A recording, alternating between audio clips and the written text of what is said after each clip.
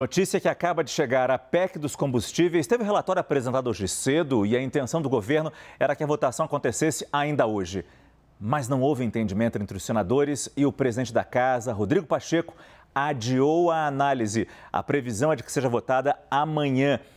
A gente lembra que a proposta acabou se tornando um pacote de benefícios sociais e prevê o aumento do Auxílio Brasil, do Vale Gás e também cria um vale para caminhoneiros. A gente vai até Brasília falar com a repórter Larissa Rodrigues, que acompanhou toda a discussão e foi a coisa de minutos, né, Larissa? Essa decisão de não levar para votação, pelo menos no primeiro turno, essa PEC, né? Boa noite para você, querida.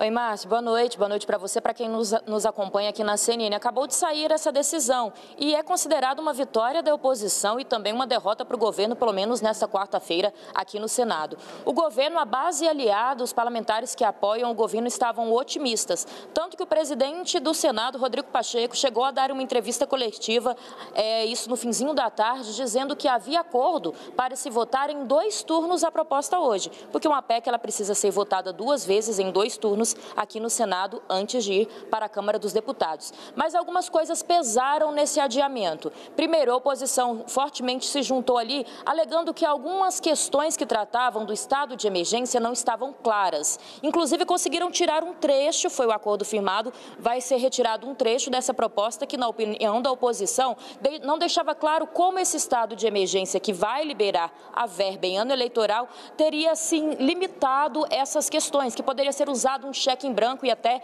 recolocado a verba a ser usada, por exemplo, no Auxílio Brasil, no Auxílio Caminhoneiro, em outros locais, até em publicidade. Essa era a acusação da oposição que conseguiu a retirada disso. Outro argumento é que o relatório foi apresentado só hoje, no fim da manhã, e que não tinha tido tempo de todos os parlamentares lerem bem e saberem o que vai ser. Por fim, o presidente Rodrigo Pacheco concordou, disse que essa proposta não passou pela CCJ, que é a Comissão de Constituição e Justiça.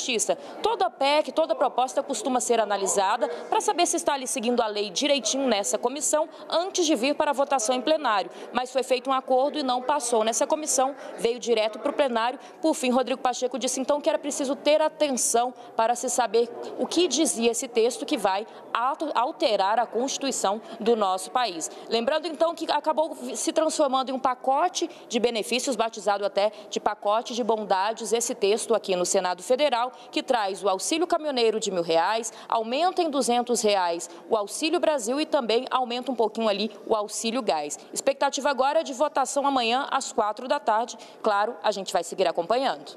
Muito obrigado, Larissa Rodrigues, que falou ao vivo de Brasília. A gente trouxe aí o lado político, vamos continuar falando sobre isso. Mas daqui a pouco o Fernando Nakagawa volta para falar do lado econômico. De onde virá todo esse dinheiro?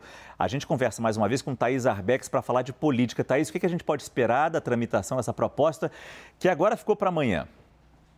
Vamos lá, Márcio. Agora eu acho que cabe bastante aqui o devagar com andor, que o santo é de barro. Porque hoje havia promessa de votação não só em primeiro turno, mas também em segundo turno. O que significa isso na prática? Significava que se votaria o texto completamente pelo Senado e ele iria para a Câmara já a partir de amanhã. Agora a gente vê que teve que ter uma mudança de planos no meio desse processo.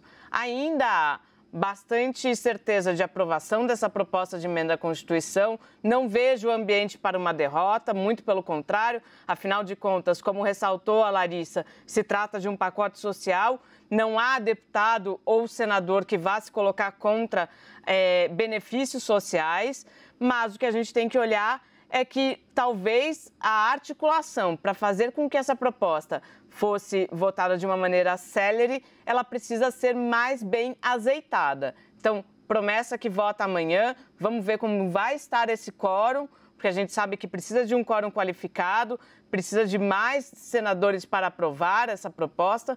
Então, esperar um pouco até amanhã para sentir se de fato uma proposta de emenda à Constituição vai ser aprovada mesmo numa quinta-feira em Brasília. Márcio. Muito obrigado, Thaís Arbex.